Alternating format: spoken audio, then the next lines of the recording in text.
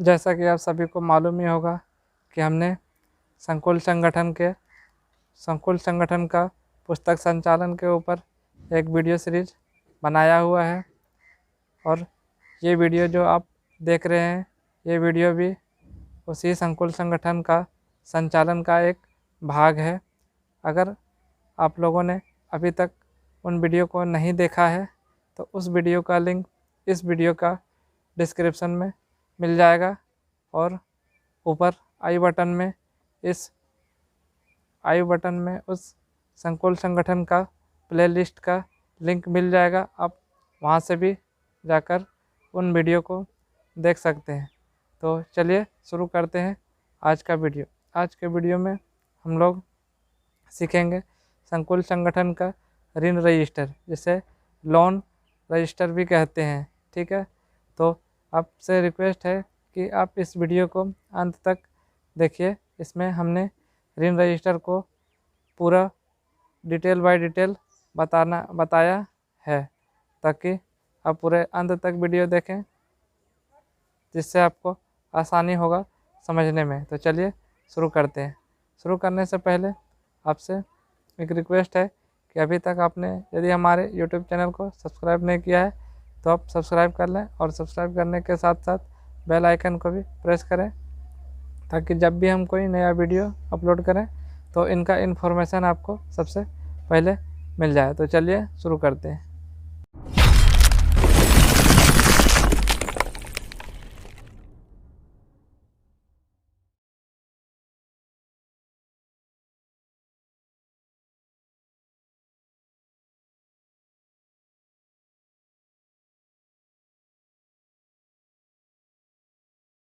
तो आप देखेंगे कि हम लोग अपना नोट्स के ऊपर आ गए हैं। तो यहाँ पे हम लोग चर्चा कर रहे हैं ऋण पुस्तक। ठीक है, तो पहले हम लोग परिभाषा देख लेते हैं।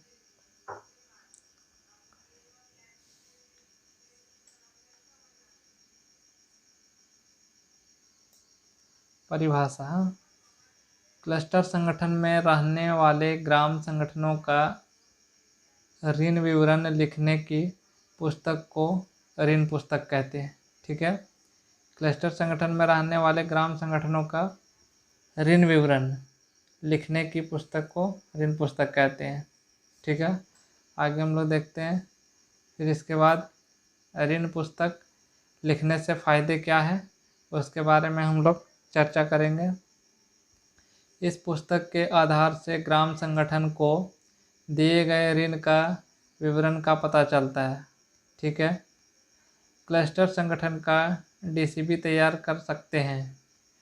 फिर तीसरा पॉइंट में है, हर ग्राम संगठन का ऋण वापसी प्रतिशत पता कर सकते हैं। जी हाँ, इसे आप पता कर सकते हैं कि कौन सा ग्राम संगठन का कितना प्रतिशत वापसी हो रहा है। फिर आगे हम लोग देखते हैं, ग्राम संगठन का बकाया विवरण पता चलता है। ठीक है, इसके बाद हम लोग अगले बिंदु में देखते हैं ऋण पुस्तक लिखने का तरीका, उसको कैसे लिखा जाता है उसके बारे में हम लोग देखते हैं। ठीक है, चलिए देखते हैं। ग्राम संगठन के लिए कुछ पन्ना देकर उन पन्नों के पृष्ठ संख्या को विशेष सूची में लिखना है। ठीक है, फिर दूसरा में है, हर ऋण को अलग अलग पन्ने में लिखना है। मतलब हर ग्राम संगठन के हर ऋण को अलग अलग पन्ने में लिखना है। यदि एक ग्राम संगठन एक से अधिक ऋण लिए हुए हैं तो उनको अलग अलग पेज में लिखना है। ठीक है, तीसरा पॉइंट में, ग्राम संगठन को ऋण मंजूरी करने पर ऋण की संख्या, विवरण की तिथि, ऋण का उद्देश्य, कुल ऋण राशि आदि विवरण लिखकर 2 रेवेन्यू टिकट चिपकाकर ग्राम संगठन का मोहर लगाकर पदाधिकारियों से हस्ताक्षर करवाना चाहिए। ठीक है, इसके बाद है चौथा पॉइंट में, ऋण का योजना तैयार करना है। जी हाँ, ऋण देने से पहले ऋण रजिस्टर में उसका योजना तैयार किया जाता है। इसके बाद तैयार ऋण योजना तैयार करना है। ऋण भुगतान करते समय भुगतान की विवरण में दिनांक, भुगतान किए गए किस्त, भुगतान किए गए ब्याज, कुल ऋण राशि, बकाया शेष ऋण राशि, नकद पुस्तक पृष्ठ संख्या आदि विवरण लिखकर क्लस्टर संगठन पदाधिकारियों से हस्ताक्षर करवाने चाहिए। ठीक है,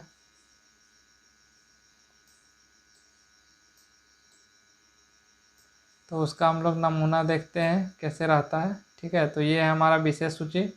इसमें से आपको मिल जाएगा क्रमांक संख्या, ग्राम संगठन का नाम, गांव का नाम और वितरण किए गए पृष्ठ संख्या। जैसे कि आप यहाँ एक में अब देखेंगे, यहाँ एक क्रमांक संख्या 1 है, तो यहाँ ग्राम संगठन का नाम लिख दीजिएगा, उसका गांव का नाम लिखिएगा और यहाँ पे आपको उसका पृष्ठ संख्या लिखना है। जैसे कि एक में अगर हम बात करें तो ABC ग्राम संगठन, गांव का नाम ABC, और उसको हमने 1 पेज से 5 पेज तक उसको दिया हुआ है, मतलब आवंटित किया हुआ है, उसको आप यहाँ पे लिख सकते हैं। ठीक है, फिर दूसरा ग्राम संगठन होगा तो यहाँ पर अब लिखेंगे BCD, ग्राम संगठन भी BCD, गांव का नाम BCD और पृष्ठ संख्या जैसे कि 1 से 4 यहाँ दिए हुए हैं, तो यहाँ पर आप 5 से 7 दे सकते हैं, मतलब बराबर बराबर करके आपको देना है। ठीक है, तो इस तरह से आपको पेज मिलेगा। रजिस्टर के पहले भाग में आपको इस तरह का विषय सूची का कॉलम मिल जाएगा, इसमें आपको भरना होता है। ठीक है,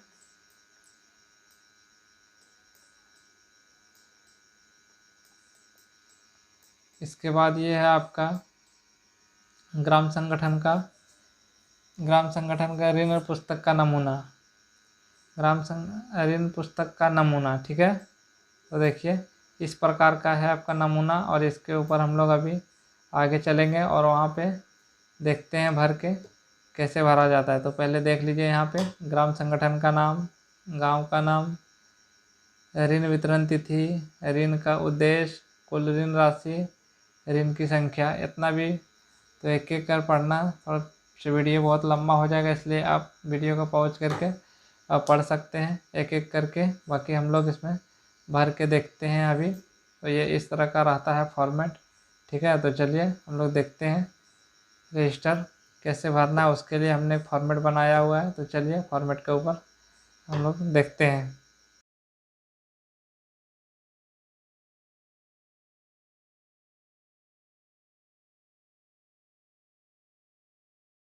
तो जैसा कि आप लोग देख सकते हैं कि हम लोग इस फॉर्मेट के ऊपर आ गए हैं। ये तो हमने फॉर्मेट बना के रखा है, जैसा हम लोगों ने वहाँ पे देखिए फॉर्मेट में आपको दिखा देते हैं। जैसे कि यहाँ हमने ग्राम संगठन का नाम लिखा हुआ है,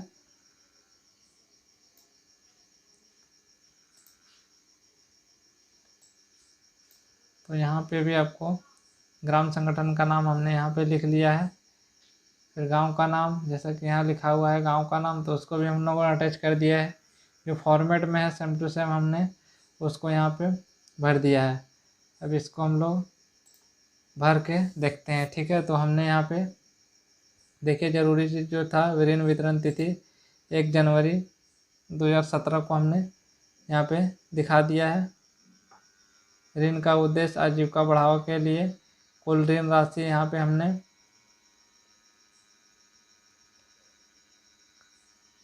5 लाख रुपया लिया हुआ है। ऋण की संख्या 1 है। किस्त आपको मासिक है, मतलब हर महीने में आपको जमा करना, महीना में एक बार जमा करना होता है। किस्त संख्या 100 और ब्याज दर 0.5 यानी 50 पैसे की दर से लिया जाएगा। और किस्त आपको बनता है 5,000 रुपये पर माह। और यहाँ बैठक प्रस्ताव पुस्तक संख्या यहाँ पे आपको लिखना है। ठीक है, और इसके बाद आप थोड़ा इधर स्क्रॉल करेंगे, दाहिना साइड जाएंगे तो आपको कुछ इस तरह से आपको फॉर्मेट देखने को मिलेगा, जहाँ पे आपको यहाँ पे रेवेन्यू टिकट के लिए वैसा ही हमने जगह छोड़ के रखा है। जैसे कि आप लोग यहाँ ने देखा होगा, देखिए ये रेवेन्यू टिकट इसके लिए जो जगह है वो यहाँ पे हमने यहाँ पे छोड़ के रखा हुआ है। ठीक है, अब तो हम लोग इसको भर के देखते हैं। अगर मैं यहाँ पे इसको 5 लाख के जगह में अगर 1 लाख करता हूँ तो ऑटोमेटिक इसमें से हमने फार्मूला सेट किया हुआ है कि 1 लाख करेंगे तो उसका किस्त संख्या हो जाएगा 100, और यहाँ आपका किस्त राशि हो जाएगा 1000, किस्त राशि 1000, ठीक है। और ब्याज दर सेम टू सेम रहेगा। चलिए तो हम लोग देखते हैं इसको भरना कैसे है, ठीक है। तो ये हमारा किस्त राशि है। अब देखिए यहाँ पे हमने उसको यहाँ पे 100 किस्तों में उसको किस्त संख्या डाल दिया हमने यहाँ पे। उसको 100 किस्त के लिए हमने यहाँ पे कॉलम बना लिया है। आपको 100 किस्तों में तो वापस ही करेंगे, ठीक है। तो यहाँ पे हम लोग डेट दे देते हैं, जैसे कि हम लोग 1 जनवरी 2017 को ऋण दिया है, तो इसके बाद हमको प्राप्त कब होगा, CLF को कब प्राप्त होता है। तो जैसे हमने जनवरी में दिया है तो फरवरी छोड़ के मार्च में यदि हमको लोग देता है, क्योंकि वो पैसा CLF से फिर ग्राम संगठनों में जाता है चेक के माध्यम से, फिर ग्राम संगठन SHG को देते हैं और SHG से फिर सदस्यों को देता है। तो वो क्या है कि बैंक से पैसा निकलते निकलते थोड़ा टाइम लग जाता है, इसके लिए 1-2 महीने का गैपिंग के बाद ही वो रिपेमेंट हो पाता है। तो हम लोग यहाँ पे देखते हैं, जैसे जनवरी में दिए तो पूरा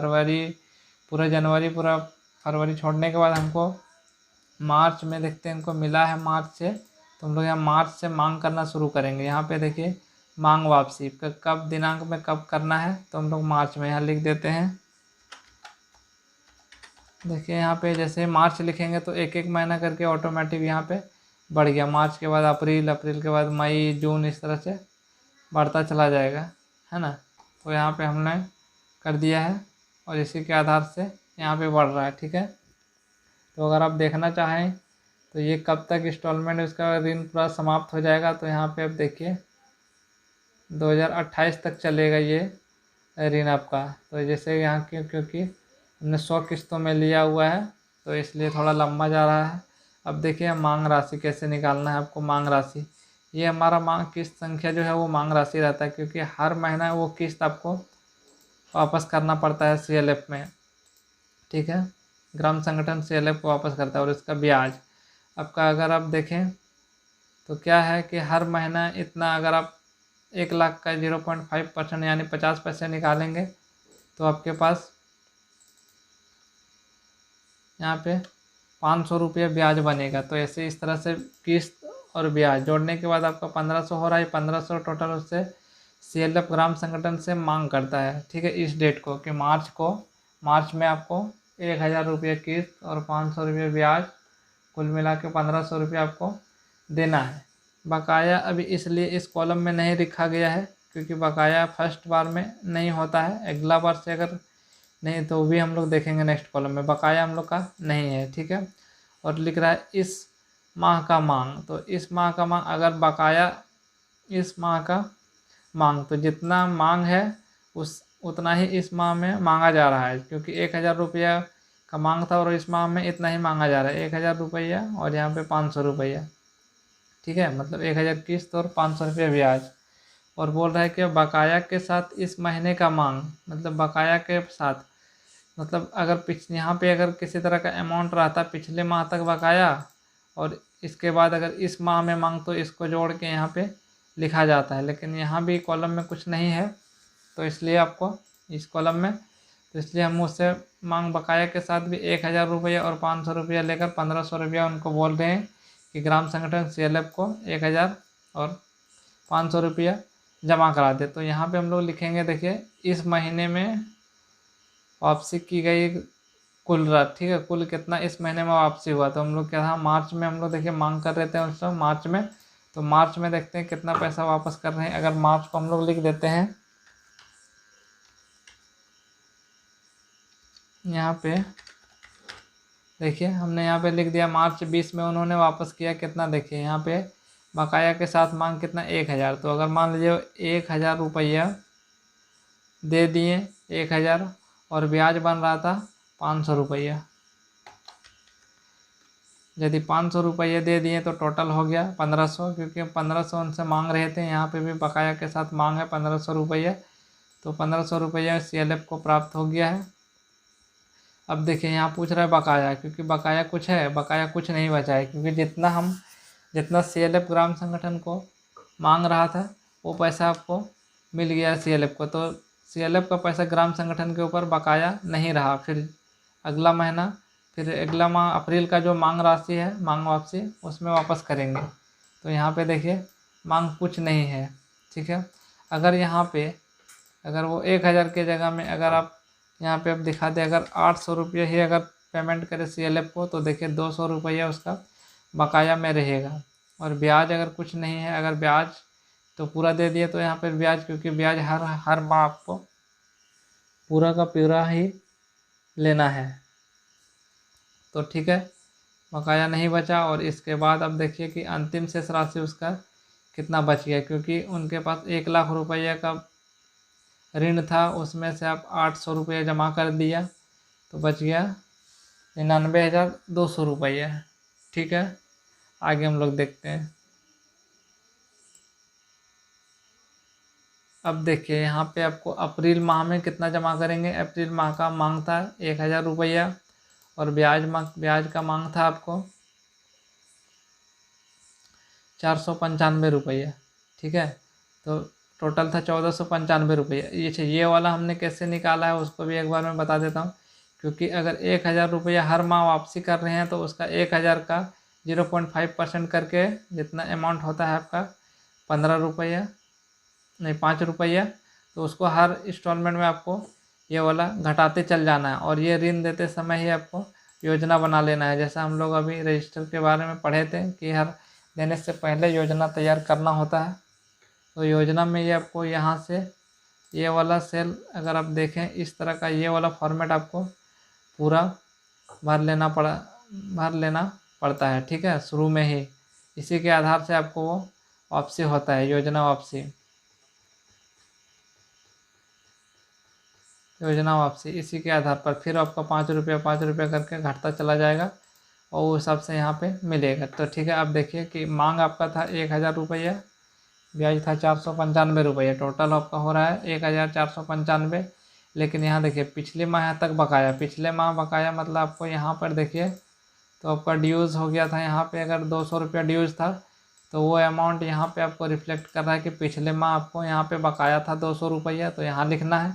अगर यहाँ पे देखिए 200 बकाया, और इस माह की मांग राशि, इस माह में मांग किए थे 1000 रुपया, ठीक है, 1000 रुपया और 496 रुपया, ठीक है, 496 रुपया और 200, 1000 और 200 यहाँ पे, और ब्याज हो रहा है आपका 496 रुपये। और यहाँ पे देखिए बकाया के साथ इस महीने की मांग राशि, क्योंकि 1000 रुपया इस माह की मांग राशि है 1000 रुपया, और 200 रुपया आपका यहाँ से बकाया है 100, तो 1000 रुपया और 200, 1200 रुपया ऐड हो गया यहाँ पे। अब इसको CLF ग्राम संगठन से मांगेगा 1200 रुपया और 496 रुपये। अगर यहाँ ब्याज में भी कुछ अगर बाकी वैसा रहता है तो यहाँ पे भी ऐड हो जाएगा, वैसे तो रहना नहीं है। हर माह ब्याज को ग्राम संगठन से पूरा वसूली करना है, ब्याज बकाया नहीं होना चाहिए, नहीं रखा जाता है। सो ब्याज किस्त को बकाया रख सकते हैं, लेकिन ब्याज को नहीं रख सकते। जैसे हम लोग देख लेते, देखने के लिए आपको कैसे समझ में आ रहा है। तो अब देखिए यहाँ 200 है, अगर मैं यहाँ पे 500 के जगह में 475 रुपये अगर यहाँ पे पेमेंट करता हूँ, तो अब देखेंगे कि यहाँ पे आपको ब्याज में देखिए, ब्याज में भी 25 रुपये का यहाँ बकाया दिख रहा है, तो वो बकाया आपको यहाँ पे भी ऐड हो जाएगा। देखिए 25 रुपये बकाया यहाँ आ रहा है, ठीक है। तो इस तरह से हमको बकाया नहीं रखना है, इसको अभी मैं हटा दे रहा हूँ, ठीक है। और इस माह में बकाया के साथ यहाँ पे हम लोग देख लिए 1200 और 496 रुपये, टोटल 1696। अब देखते हैं अप्रैल माह में मान लीजिए यहाँ पे हमारा बकाया टोटल मांग हो रहा है 1200 रुपये। यदि वो 1200 रुपये पूरा पेड कर देते हैं ग्राम संगठन 1200 रुपये, और ब्याज का मांग है 496 रुपये। यहाँ पे देख लीजिए 496 रुपये, वो हमने यहाँ पे लिख दिया है 496 रुपये, ठीक है। तो जितना हमारा मांग था 1696 और 1696 प्राप्त हो गया CLF को। अब बकाया देखिए नहीं रहा यहाँ पे, ठीक है। अब देखिए यहाँ पे अब इतना देने के बाद 1200 अगर दे दिए तो 1200 और 800 यहाँ पे टोटल आपका 2000 रुपया। अब देखिए क्योंकि हमने 1 लाख रुपया ग्राम संगठन को दिया हुआ था ऋण के रूप में, यहाँ पे 1 लाख रुपया, तो 1 लाख रुपया में उससे CLF को प्राप्त हो गया 800 और 1200 मतलब 2000। तो 2000 माइनस करने के बाद 98,000 रुपये अभी शेष बचा हुआ है ग्राम संगठन के पास CLF का। ठीक है, दो तो हम लोग देखें और एक तो फिर देखते हैं आगे भरने के बाद। अब देखते हैं तीसरे माह में। ठीक है, जैसे अप्रैल हम लोग देख लिया, अब देखते हैं मई में। मई में कितना मांग है, 1000 और 490 रुपये। तो पिछले माह में बकाया कुछ नहीं है। अगर यहाँ पे बकाया बचता यहाँ पे इस कॉलम में, तो वो अमाउंट यहाँ पे आपको दिखाई देता पिछले माह तक बकाया, इसलिए यहाँ पे नहीं है। तो इस माह का मांग है आपका 1000 रुपया और 490 रुपये। ठीक है, 490 रुपया, तो टोटल हो जाए एक। अगर बकाया के साथ नहीं है, नहीं तो बकाया के साथ रहता तो अभी यहाँ पे ऐड हो जाता। तो 1000 रुपया हो जाता टोटल इसको मांग, पिछले माह तक बकाया राशि और इस माह की मांग राशि। ठीक है, इसको दोनों जोड़ने के बाद आपको लिखा जाता है बकाया के साथ इस महीने की मांग राशि में। तो यहाँ पे कोई अमाउंट नहीं है, तो 1000 है, तो 1000 का 1000 ही आ गया। और ब्याज में यहाँ भी बकाया नहीं है, तो सिर्फ इस महीने का ब्याज 490 रुपये। तो टोटल हो जा रहा है 1490। अब यहाँ पे हम लोग दे देते हैं फिर मई में।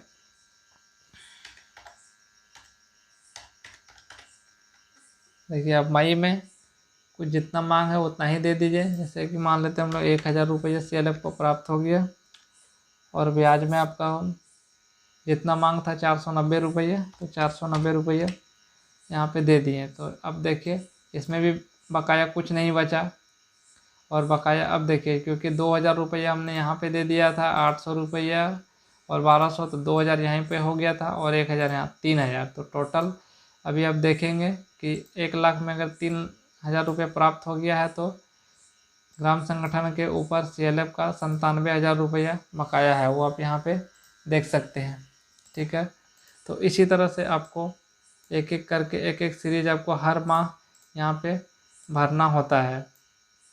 ठीक है, और इसको यहाँ पे जो ये अमाउंट दिख रहा है वो ऑटोमेटिक यहाँ से घटता हुआ चला जाएगा। जैसे ही आप यहाँ पे एंट्री करेंगे, अमाउंट डालेंगे, तो वो अपने आप घटता हुआ चला जाएगा। तो ये हमने बनाया हुआ है एक्सेल में अपने तरफ से। और पहले हम लोग इस ऋण रजिस्टर को भरने के लिए सीखते हैं। अगर आप लोग सीखना चाहेंगे ये वाला फॉर्मेट, तो इसको भी हम लोग बना के देखेंगे। तो अगर आपको ये इस तरह का फॉर्मेट आपको बनाना है, तो कमेंट कर सकते हैं वीडियो में, वो भी मैं आपको बना के दिखा दूंगा।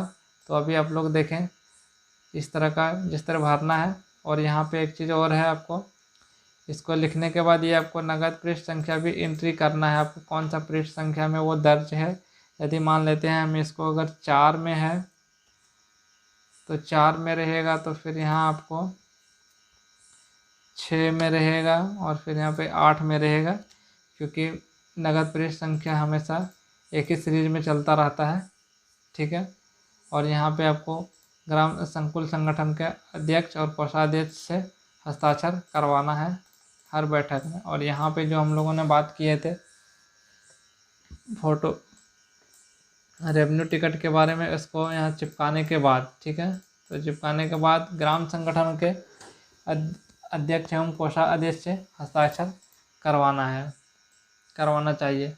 और यहाँ पे आपको वो राशि लिखना पड़ता है जो आप फर्स्ट बार में CLF को भुगतान किए थे। जैसे कि यहाँ पे आप देख सकते हैं कि यहाँ पे फर्स्ट कॉलम मार्च में हम लोगों ने 1000 रुपया भुगतान किया था। तो अब यहाँ पर 1000 रुपया यहाँ पे एंट्री करना होता है। और चेक नंबर के जिससे दिए थे वो चेक नंबर यहाँ आपको लिखना पड़ता है, वो चेक संख्या।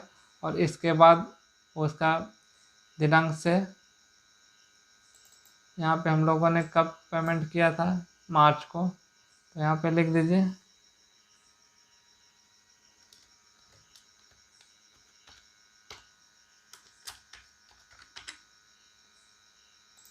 ठीक है, तो इस तरह से आपका फॉर्मेट रहता है और इस तरह से आपको भरना है। तो हमने यहाँ पे आपको ऋण रजिस्टर भरने के लिए सिखाया है। इसके बाद भी आपको अगर किसी प्रकार का डाउट रहता है और कुछ जानकारी छूट जाता है तो आप वीडियो के